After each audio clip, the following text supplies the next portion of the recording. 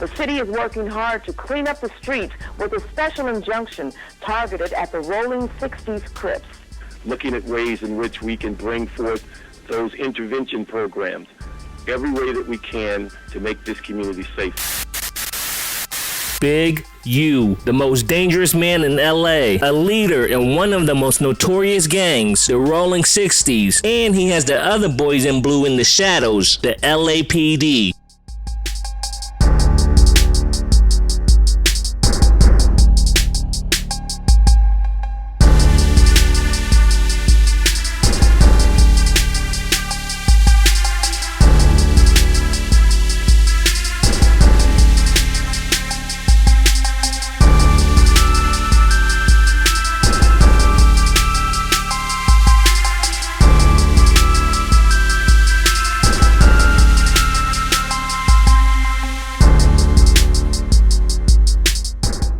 Big U, a man of the community, the face of Crenshaw's gang intervention, but who intervenes when he joins in on these gang activities. Now this is where it gets spooky. When you came home, what year were you? 2004? 2004.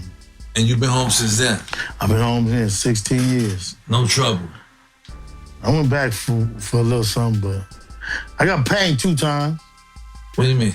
I got banged, I came home 2004, so I was out 6 months. I went back for, like, me and my little brother together, he got caught with, he said he had caught with about 20, 30 pounds of weed.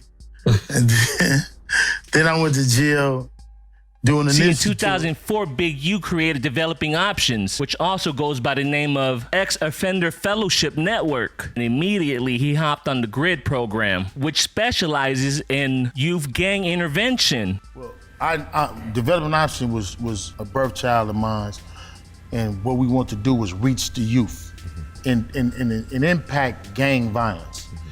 My whole sole purpose was to impact the gang violence. A couple years later, he was managing Nipsey Hussle, a gang member that was still in the streets. Nipsey Hussle has been outspoken about police harassment early in his career, and the way they were harassing them, they just made no sense. They say that hood parties, gang birthday parties often end in drunken violence. They say many of the attendees are under parole or probation restrictions not to associate with each other, and that makes them subject to arrest. That was basically just a news story that Channel 9 did on the show that I was supposed to be at yesterday. But you know, for whatever reason, I ain't show up. But they took it as a gang gathering, and like it was a big event, like it was some big to-do or some type of violence going on. And you know, they rounded up all their police and they raided that motherfucker. But you know, from everything I heard, it was a peaceful event going on inside. Granted, people was probably smoking weed, but that ain't a cause for like a 200 people raid. You don't need helicopters and Well, SWAT something teams. strange in 2009 happened. Nipsey Hussle was getting ready to go on tour with the game. So Big U, as his manager, he said, I got the smartest idea. I'm gonna rent Nipsey's tour bus where they're gonna have a bunch of gang members tour the US from my friend who's a runaway fugitive. Yeah, that's Big U's idea. Well, I didn't have a case. The feds was really pursuing somebody else. And so what happened, one of my partners was on the run for 12 years. And the bus that we used was a part of the investigation. So when he was getting married, he's like, cool, go ahead and do it. But the whole time, the mobile home was on the hot sheet. His wife name was Stacy, my wife name was Stacy. So when I registered the mobile home in my wife's name, they thought it was him, his wife. I'll be like, you ain't gotta give me nothing, just get it registered and get the insurance on it. Little did we know, once we re-registered it, it put it back on the hot list. Oh. But he been on the run 12 years. I only been home 3. So there's no way I could have been involved in what he was going on. Feds hit us everywhere we go. We think it's just normal hip hop shit. Right. We hit Portland, they hit us. We going up through Oregon, we get all the paperwork. They took the radiator cap off, took the part, stuck us in, I can't remember where we was for 3 days. They took the scanned it from the router to the tutor, found what they wanted on it, put it back together, gave it to us. I flew back home. When I fly home, we get hit. One day we get somebody to say, yeah, man, me and Steve is at the hotel, we taking a shower, and somebody comes say, yeah, man, the police got Nipsey on the bus. That's on the mobile home. And I think it's me, Steve, shortstop. We all, we rush to get dressed. We run over there, and I come on the bus, and they got Nip on the bus. I mean, y'all got to get off the bus. This is private property. Get off the bus. And they like, no, we talking. No, you ain't gonna talk to him in here. So get him off the bus. Boom. Then and so we ended up getting stopped. So we calling everywhere for somebody to come get the mobile home to fix the mobile home. When they come to get the mobile home, it's the feds when I get home, they bang my house, thinking that my house is dude house and I'm dude and my wife because she registered the mobile home. And they thought I was him. They said about 21 raids because of this. And get this is the crazy part. Big U got mad at Nipsey for being a little standoffish after and said, I don't want to manage you anymore. I'm out of here. Y'all acting like some custers. It's only federal. What you scared of? But when the feds seen the bus moving, his son was tracking all that. They tracking all that, so they hitting us in every state. So now we re-registered the van in my wife's name. So when we registered my wife's name, they hit our house. And when I get back, they hit our house because they trying to track everything. They hit 21 people's houses. They hit my house, and then they find all in the house. So in any black person's house, there's some burners in that mother. Because they was saying they had they had a travel agency. So not a travel agency, but travel agency, and so they take around the country in vans and buses. So you ain't responsible for you put on the bus. But if you got a bunch of motherfuckers recording on there and you going out there, but you really moving weight. That's crazy. It's crazy. Like it was getting it. Like I'm talking about getting the bag. I get hit at home. They had 21 people. They think they got him. Anyway, make a long story short, he ended up turning himself in, take the case off all of us. He get life, right? For the drugs. When that happened, my team is acting weird. So I'm looking at Steve, I'm looking at Nip. Man, get a paperwork from Sony so they can see that we releasing all this. They acting weird. So, me, I'm still kind of like, hey, I'm hot, hot and heavy, but I'm like, I can't with y'all. When I end up going to jail, me and my wife.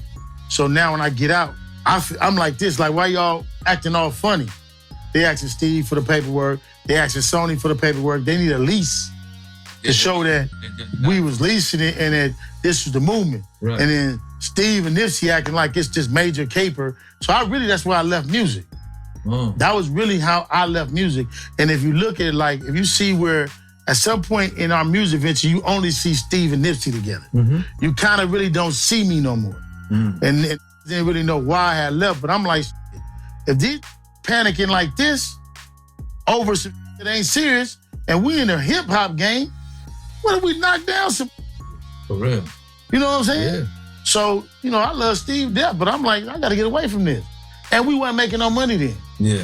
You know what I'm saying? Yeah, so they made no But the harassment doesn't stop there, though. So not only did Nipsey have to deal with a struggling career, he had to deal with the LAPD on him and his team's back every step he takes. Like really being committed and being really pure with my energy, and I was just only doing music, and I was like suffering financially. The police raided the studio and took all the equipment and put a gun on me that was in the house, a shotgun. It was a registered shotgun, but I was on probation for a gun. So, the probation says you can't be around no guns at all. So they booked me for the gun, took all my equipment, and I was really just in the house working. You know what I mean? Just like, they don't know that. Nobody know how pure you are but you. And I was really pure at that time. I wasn't doing nothing but music.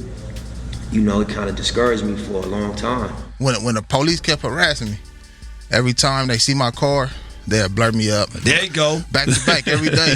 I swear to God, like twice a day sometimes. Yeah. Stop me, search, don't find nothing. See me tomorrow, do the same thing over. Right. I just seen people go to jail for bud and get stuck. And I couldn't be a statistic. I couldn't do it. I'm going to fall back because they're not playing fair. Yeah.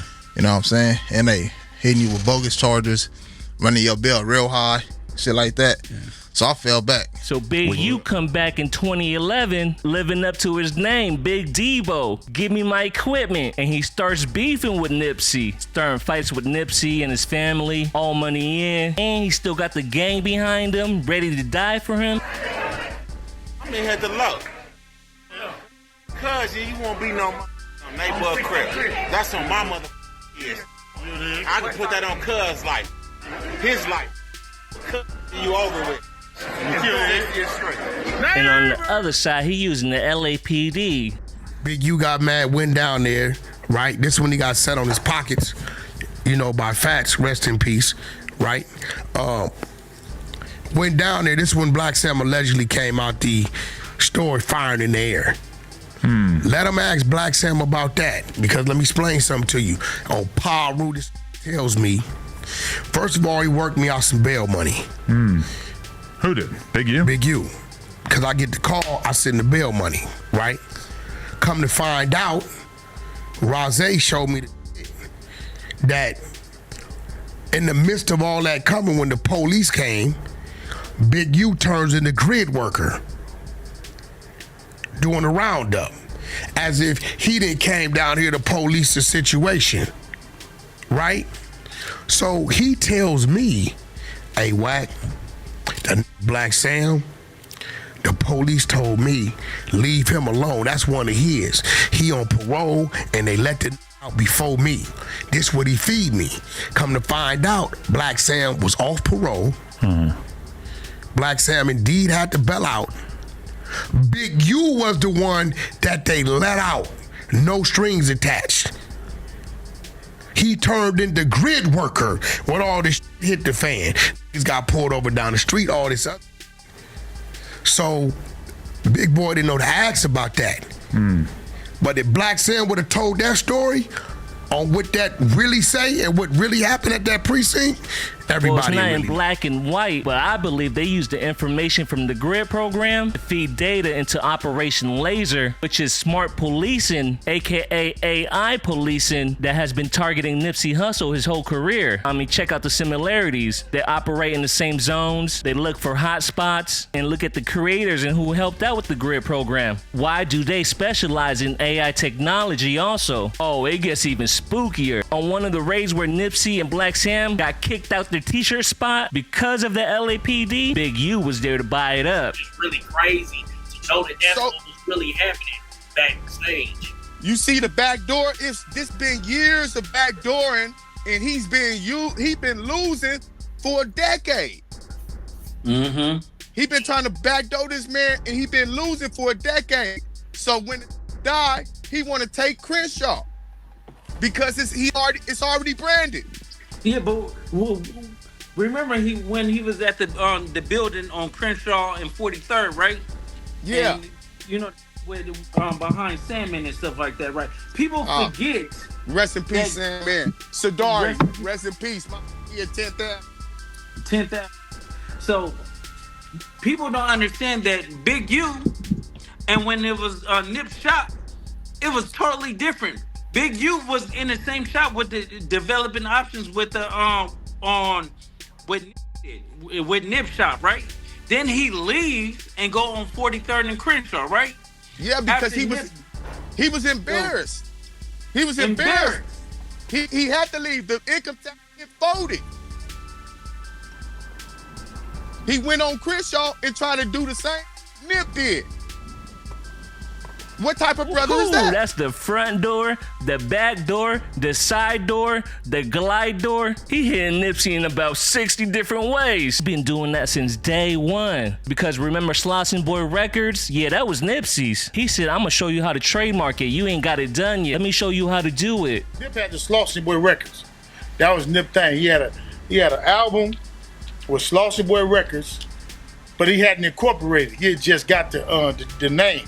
the DBA, and I'm like, look, I got to show you how to incorporate that. But instead of showing him how to do it, he put the record label under his name. But Nipsey can't even rest in peace. Big U has been going after Nipsey till this day. A few months after, Crip LLC tried to steal from Nipsey's family and sneakily trademarked Marathon Continues on the low. And after doing that, they sued the Nipsey estate. Now, it was all speculation that it was Big U that was behind this. He owns Crip.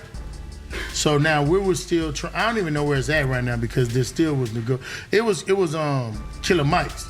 So they was like, why don't you talk to her? I'm like, ain't nowhere in the world I'm gonna talk to her. Like, not even for no reason, because she they gonna, already think if I talk to her, then they gonna say, he trying to intimidate her. Yeah. For sure. Or they would have just said that, no, see, Big U's in business with her. Like, no way. Big U on Crip. He on Crip. What's up with the movies, cuz? I wish I would have got it though. Bricc, baby. Revealed recently that you got a little something in that. Better believe. Cuz is reaching. My auntie on the word Crip. Damn, homie. You ain't take nothing from Big U. I'm 6 on Crip. You talking? Oh, look, the reason that I ain't even pushing that is because being talk. And I ain't gonna talk about all the other shit. That ain't for the internet, but it wasn't healthy. Like how they obtained the word, it involved a lot of foul play, and I didn't know that. And my auntie being a Crip, it blew my mind. She was from Broadway. Like, how was you even like? Why would you do some shit like that to obtain the word? You get what I'm saying? But yeah, I definitely got some type of ownership still of the word, though. But he do too, though. They don't call Big U the king of the backdoor for no reason. Shoot, he probably backdoor Killer Mike too with Cripicola, getting it from the front and the back. Pause. I mean, it was kind of obvious. This is all alleged now. I believe it though, because Wack exposed the paperwork that he tried to use Wack to go after Nipsey's estate on. I ain't killed Nipsey and had nothing to do with it because I wouldn't have benefited from Nipsey. I didn't have no business with Nipsey. Nipsey ain't signed to me, wasn't signed to me. Signed to a 10-year production contract, which started in 2009, which will end 2019. Crazy. Hello. But I ain't tripping off of that because, you know, it is what it is.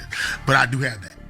You know what I mean? So, wait, so your deal with Nipsey was 10 years? It was 10 years. Was it 10? It was 10 years, 25% of publishing to Aramis Astrodome. Oh, wow. So 09 to 2019. 09 to 2019. So technically, Victory Lap. Hello. Okay. Then why did you want me to sue the estate and act like I brought you out of the contracts 53 days after this man's demise? Can you please tell the people this? You lied and said you had no contract. Now you got a contract. 53 days after this man died, you wanted Wack 100 to go at the estate. Nope.